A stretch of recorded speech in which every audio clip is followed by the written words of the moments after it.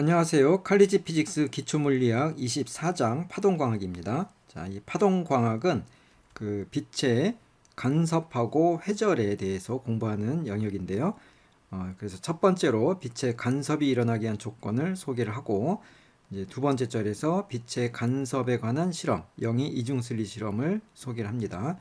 그 다음에 이제 3번하고 4번 섹션에서 그 반사를 통해서 위상이 변화가 생기는데 이러한 반사를 포함한 얇은 막에서의 간섭을 공부를 합니다. 그리고 5절에서 간섭을 이용한 간단한 예를 소개를 하고요. 자, 이제 6절에서 회절인데 회절에 대해서 얘기를 한 다음에 7절에서 이러한 빛의 회절을 관찰한 다니엘 슬릿에 의한 실험을 공부를 하고, 그 다음에 8절에서는 이 슬릿이 하나가 아니라 여러 개의 슬릿이 규칙적으로 배열되어 있는 다중 슬릿 또는 회절 격자에 대한 이것에 의한 결과를 간단하게 소개합니다. 그리고 9절에서 이제 빛이 파동이고 횡파다라는 것을 보여주는 증거가 되는 편광이 있는데 그 편광에 대해서 9절에서 공부를 하겠습니다. 자, 그래서 24장 1절은 먼저 빛의 간섭 조건인데요. 이 간섭에 대해서 공부하는 영역이 바로 파동광학이라고 했습니다. 자, 그럼 파동광학은 이 빛이 파동이다라고 했을 때 그 파동의 가장 기본적인 성질은, 파동이 갖는 고유한 성질은 중첩이죠, 중첩. 이 둘이 겹쳐질 때 사이좋게 더해지는 건데, 이러한 중첩에 의해서 특정한 조건을 만족하면 간섭이 일어나거나 또는 회절로서 현상을 우리가 관찰할 수 있다 하는 겁니다. 그래서 파동광학 그러면 이 빛의 간섭이나 회절을 공부하는 과목, 그렇게 이해를 하면 되고요. 이에 비해서 우리가 앞에서 기하광학을 공부를 했었습니다. 기하광학은 이 광선을 도입을 해서 빛의 진행에 대해서 진행 경로를 기하학적으로 분석해보자 하는 그런 과목이죠. 그래서 광학은 기하광학하고 파동광학으로 나뉩니다. 자, 어쨌거나 이제 빛의 간섭을 우리가 살펴보고자 하는 건데, 간섭이 일어나기 위해서는 필요한 조건이 있습니다. 이 조건이 이제 조금 까다롭기 때문에 하이언스가 빛이 파동이다라고 주장하고 나서 그러면 빛이 간섭이 일어나겠네 해서 빛의 간섭 실험을, 그러니까 간섭을 관찰할 수 있으면 바로 이 파동이 맞구나 그러겠는데, 이 간섭 현상을 관찰을 한동안 못했습니다. 그 이유가 보니까 이렇게 이 까다로운 조건이 있었다 하는 건데요. 그럼 이 조건이 뭐냐? 자, 파원들이 결맞아야 하는 조건이 있습니다. 결맞다라는 표현이 있는데요. 코히런트하다 하는 건데, 이게 사실 뭐 잘 모르겠죠, 무슨 말인지. 그래서 이 결맞다에 대한 것을 조금 이제 풀어서 얘기를 하면은 위상학이랑 관계가 있습니다. 위상. 그래서 파원에서 방출되는 파동들이 서로 일정한 위상을 유지해야 됩니다. 그러니까 처음에 출발할 때 가졌던 위상차가 있을 건데 그 위상차가 시간에 따라서 변하지 않고 그대로 유지가 되는 그런 조건을 만족을 해야 되는 겁니다. 그럼 이제 어떻게 해야 이 결맞은 상태를 유지하느냐, 코헤리언트한 상태를 유지하느냐 하는 건데, 이제 그것이 이 광원의 성질하고 굉장히 밀접한 관계가 있습니다. 그 다음에 이제 모든 파동에서도 마찬가지지만 파장이 같아야 되는 거죠. 파장과 진동수가 같아야 간섭이 일어납니다. 파장이 다르거나 진동수가 약간 다르면은 간섭보다는 맥놀이가 발생하게 되죠.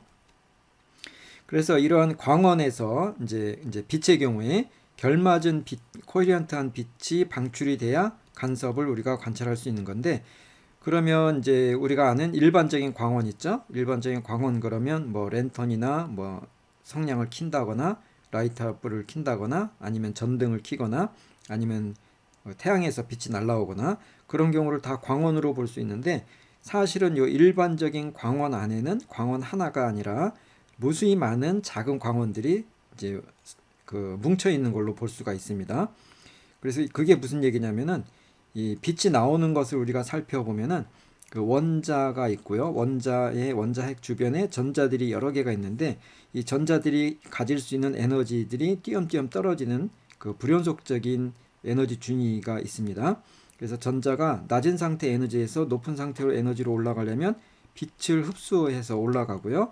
그리고 높은 상태 에너지 상태에서 낮은 상태로 전자가 내려올 때, 전이할 때 빛을 방출하게 됩니다. 이때 HF라는 형태로 빛을 방출하는데, 그러니까 원자 안에 전자가 전이할 때마다 빛이 방출되니까 진정한 광원은 원자 안에 전자의 전이가 광원의 역할을 해준다. 그렇게 볼 수 있는 거죠. 그런데 이 에너지 준위가 딱 정해진 게 아니라 또 전자가 하나만 있는 게 아니라 그래서 이 원자에서 빛이 나올 때도 다양한 빛들이 나옵니다. 그러면서 이 방출되는 이 빛의 성질이 초기 위상이 무작위로 막 변할 수가 있는 거죠. 그래서 일반적인 광원에서는 이러한 원자 내 전자 전이가 무수히 많이 일어나면서 각각의 방출되는 광원들이 위상이 다 똑같이 유지될 수가 없는 거죠. 그래서 그게 이제 순간적으로 10-8제곱 초마다 위상이 제멋대로 변한다. 그렇게 알려져 있습니다. 그래서 결맞은 상태를 만들 수가 없다는 거죠. 그러면 이제 결맞은 광원을 어떻게 만드느냐, 결맞은 빛을 어떻게 만드느냐 하는 건데요. 요것이 이제 영이 요 결맞은 빛을 만들어서 실험을 했더니 간섭이 일어났다 하는 겁니다. 그래서 그것이 요 다음 절에 나오는 이중 슬릿에 의한 실험인데요. 이중 슬릿에 의한 실험도 랜턴을 이중 슬릿에다가 그냥 비춘다고 간섭이 되는 게 아닙니다. 그래서 결맞은 광원을 만들어야 되는데 그것이 이제 좁은 슬릿을 통과시킨 요 빛은 그 결맞은 상태다라고 우리가 해석할 수가 있습니다. 그래서 이중 슬릿을 하기 위해서 빛을 S1, S2라는 슬릿에 빛을 쪼일 건데 그 전에 그러니까 일반적인 광원에서 이렇게 빛을 쪼이면 이 빛들이 서로 결맞은 상태가 아니어서 S1하고 S2를 통과한 빛이 간섭 패턴을 보이질 않았는데 근데 그 앞에다가 S0라고 하는 하나의 슬릿을 갖다 놓으면요. 그러면 이제 이게 파면입니다. 파면.